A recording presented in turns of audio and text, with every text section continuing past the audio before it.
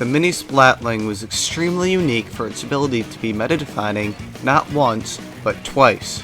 While Splatoon is a volatile game, with the meta constantly changing due to constant patches and balance changes, its ability to completely change the meta in not just Splatoon 1, but in Splatoon 2 is unrivaled by any other, and something totally unique to the Mini Splatling. However, it does have a sister who managed to do the exact same thing with Splatoon 2 and 3, the Ballpoint Splatling. But how did the ballpoint become so strong in both games? Is it simply naturally good, or was it just slept on, waiting for the right time to be discovered? To find out, we must look upon Splatoon 2 on the 1st of July 2018, when the ballpoint released. The Ballpoint Splatling was different from other Splatlings. Most Splatlings charge up a meter, shown in the middle of the screen, loading ink into the chamber only to be spun out at high speeds when ZR is released. The ink flies farther the longer ZR is charged, as well as increasing the length of the spinning period. This creates a dynamic where Splatlings can offer high damage potential, but are very poor at surviving when caught off guard by a flanking or rushing enemy. The ballpoint changes this formula by having two firing modes, short range and long range. The short range stage lasts a quarter of a rank charge as a pattern almost exactly like the Splatter Shot Jr., making it ideal for painting in a way similar to the Mini Splatling, and the long range mode lasts the rest of the charge with longer range but a slightly lower fire rate when compared to the heavy Splatling. Furthermore, just like Nautilus, the ballpoint can recharge rings while firing, making it more able to adapt to situations on the fly and has perfect accuracy in the long range mode. This is where the power of the ballpoint comes from. It effectively takes the best part about Mini, Naut, and Heavy and combines them into one Super Splatling able to go toe-to-toe with some of Splatoon's heavy hitters.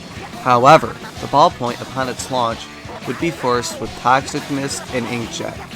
Inkjet was a perfectly fine special for it, but Toxic Mist was not very compatible with the ballpoint in the same way it is with Stringer, and as such, the release ballpoint wasn't used a great deal.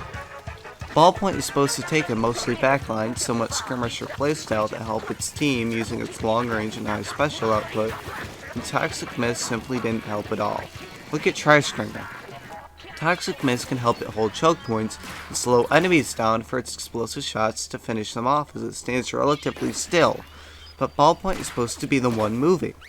All I had going for it upon launch was just an insane charge time without ink, effectively giving users infinite ink, but this got nerfed in 3.2.0 just 13 days after release. Charge speed in the air and without ink was increased by 33%, and points per special was increased to 200, effectively removing much of its impact on the meta at this time. While it was a strong main, its kit made it very hard to use effectively. The ballpoint would stay in this weekend state until November 24th, 2018, when Ballpoint Nouveau was released. Ballpoint Nouveau came with Squid Beacon and Inkstorm for its kit, vastly better than what the vanilla ballpoint was given. Beacon was a rarity in 2, as almost nothing had it with a grand total of 7 Beacon kits, including Ballpoint Nouveau. This made Ballpoint Nouveau disproportionately valuable, as it offered Beacons an incredibly useful sub when little else could, and it was the only kit to do so while having a strong main at the time.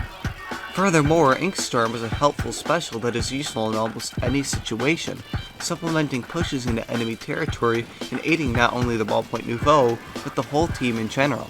This kit let it truly shine, and it was immediately rocketed into the meta. During this time, Ballpoint was almost always seen with every team comp, as its mobility and beacon ability was amazing for a backliner that helped its team far more than any other anchor.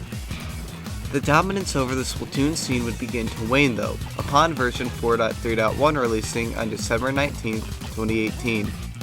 Run Speed Up and Win Power Up had their effects gutted, and Ballpoint Nouveau had its points per special increased to 200. This didn't immediately kick the ballpoint out though, as it still had its extremely strong Nouveau kit and high strafe speed and damage.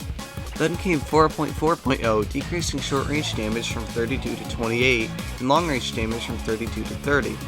Another hefty nerf was placed upon Ballpoint Nouveau, this time increasing points per special to 230, one of the highest values in the game, and this would be buffed to 220p upon the release of 4.6.0. It was that bad. Still, this couldn't stop the inevitable backsliding of the ballpoint back to being a mid-tier. 4.8.0 decreased the paint of long-range shots by 8%, the ballpoint was struggling against tennis missiles. Beacons began losing their usefulness, and even without nerfs, things were looking bad for the ballpoint. But for some reason, Nintendo chose to continue nerfing this thing. 4.9.0 doubled the shot spread immediately after jumping, and the final nerf came in 5.2.0, reducing range and velocity over long distances by 4%, and reducing movement speed by 0.10 units when charging and firing from a short range. This led to it completely falling off of the meta, but fortunately we'd be able to look forward to soon to come Splatoon 3.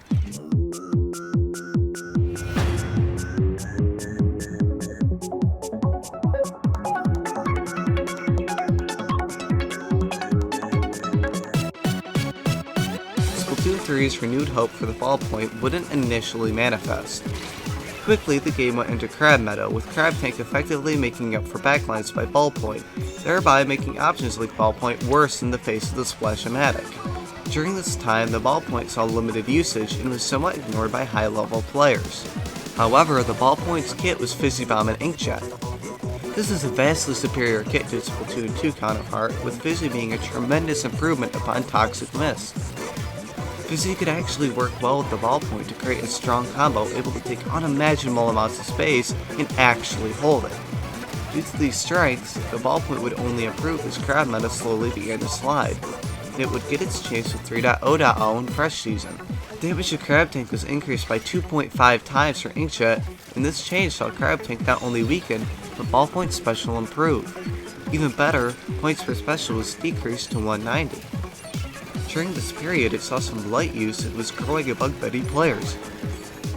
Even with the Inkjet buff though, other options were available that were often considered better than Ballpoint.